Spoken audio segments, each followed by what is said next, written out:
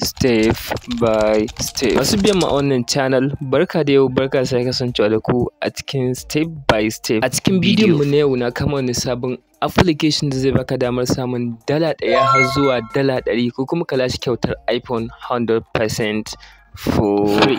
Kafin mu shiga a cikin wannan bidiyon, idan wannan ce farko zuwa ka wannan channel, kar ka manta kai subscribe idan wannan bidiyon ya burge ka, na musu alamar like.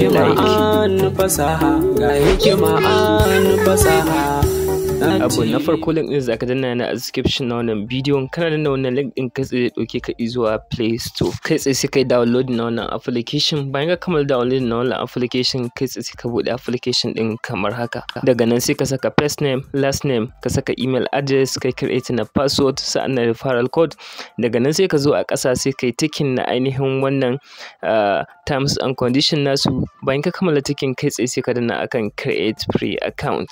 Ta inda kai zai dauke ka zuwa wannan pejin, ta inda za ka ga cewa an tura maka ainihin verification code a email naka. Saboda ka bata lokaci ba, sai ka bude email naka. Kana bude email sai kai copy na wannan ainihin code da suka turo maka. Bayan ka yi copy din shi, kai tsaye sai ka koma a cikin ainihin wancan page sai kai pasting ba tare da bata lokaci ba. Kana yin pasting sai ka danna akan verify.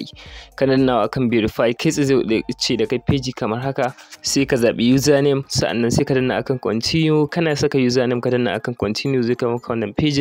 Sai kai creating na pin. So kai tsaye zaka saka pin guda 4 wanda ya burge ka. Bayan ka kammala saka pin, kai tsaye zai wuce da kai zuwa wannan page ta inda za a ce ka zabi country. Bayan ka zabi country, kai tsaye misali zan zabi Nigeria kamar haka. So kana dannawa zaka iya zabar kai kowace country kake. Daga nan sai ka saka ainihin phone number. Bayan ka kammala saka ainihin phone number, a ƙasa za a ce maka ka saka ainihin date of birth. So sai kai kokari ka saka date of birth ɗinka wanda suke very accurate, domin kowa a can gaba za a ci za ka yi KYC, ma'ana za ka yi verification. So bayan ka zaɓi ainihin date of birth naka, kai tsaye sai ka danna akan continue. Da za a turo maka code akan wannan number da ka saka domin a yi verification na wannan number. So kai tsaye sai ka jira ta inda za a turo maka wannan code din. Bayan ka jira an turo maka, kai tsaye sai ka zo ka yi pasting anan. Kana yin pasting, kai tsaye zai kawo ka zuwa wannan page ta inda za a ce complete your KYC. So kai tsaye idan ka danna akan wannan notification din, za ka ga cewa dauke ka zuwa wannan page kamar haka. Idan ka duba za ka ga step guda biyu ka wuce su. So a step na ƙasa shine rage, wanda za a ce kai uploading na ainihin government issued card, ma'ana national ID card ko driver license ko kuma dai voters card. Kowanne kake da shi zaka iya amfani da shi a cikin wannan. So saboda haka idan ka danna shi bai ba, abinda zaka yi shine sai ka zo ka danna akan move. Daga nan ka danna akan setting. Bayan ka danna akan setting kamar haka, kai tsaye zaka ga ya bude maka page kamar haka. Sai ka danna akan complete KYC.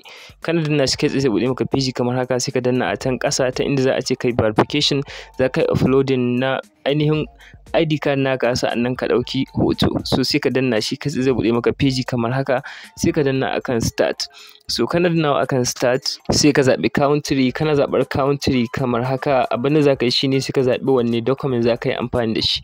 So na zaɓi ainihin national ID card. Za ka ga akwai ainihin slip, akwai kuma ainihin national ID card wanda yake plastic. So sai ka zaɓi wanda kake da shi. Bayan ka zaɓa, za ka iya ɗauka hoton shi directly ko kuma kai uploading ɗin shi ta ainihin daga gallery naka. Bayan ka yi uploading na hoto kuma ka ɗauki selfie bidiyo na kanka, kai zai kawo maka wannan fuskar. Sai ka danna akan finish. Congratulations, domin ko ka yi submitting. Za ka ga cewa yana under review. A ƙasa da 'yan awanni za su yi review kuma za su yi verification, verifying na ainihin account naka.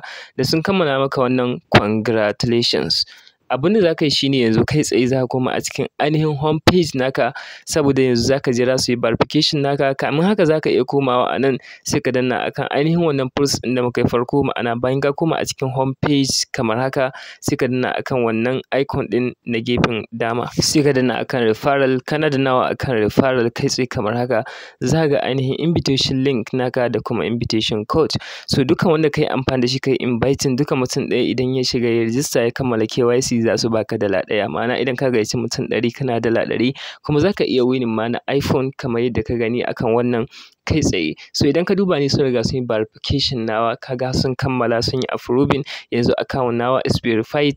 Kawai zan ci gaba da amfani da shi ta yanzu haka. Duk wanda na yi inviting za su bani dala ɗaya, wanda daga zarar kuɗina sun taru zan iya withdrawal, zan iya yin dukkan abin da nake so da su a cikin wannan sabon platform ɗin, ko in ce sabon application. Wannan application is very legit for now, saboda suna biya sosai. Kada ka yi wasa da shi, saboda ka yi register, ka yi verification na ainihin account naka, sa'annan kai tsaye ka fara promoting ɗin shi, saboda duka adadin mutanen da ka gayyata, adadin ainihin kuɗin da za ka samu da wannan application. Duka ana maka ƙarshen wannan bidiyon. Idan ya burge ka, kada ka manta ka yi subscribing, sa'annan ka yi liking, ka yi sharing zuwa ga 'yan uwa da abokan arziki domin kowa ya amfana.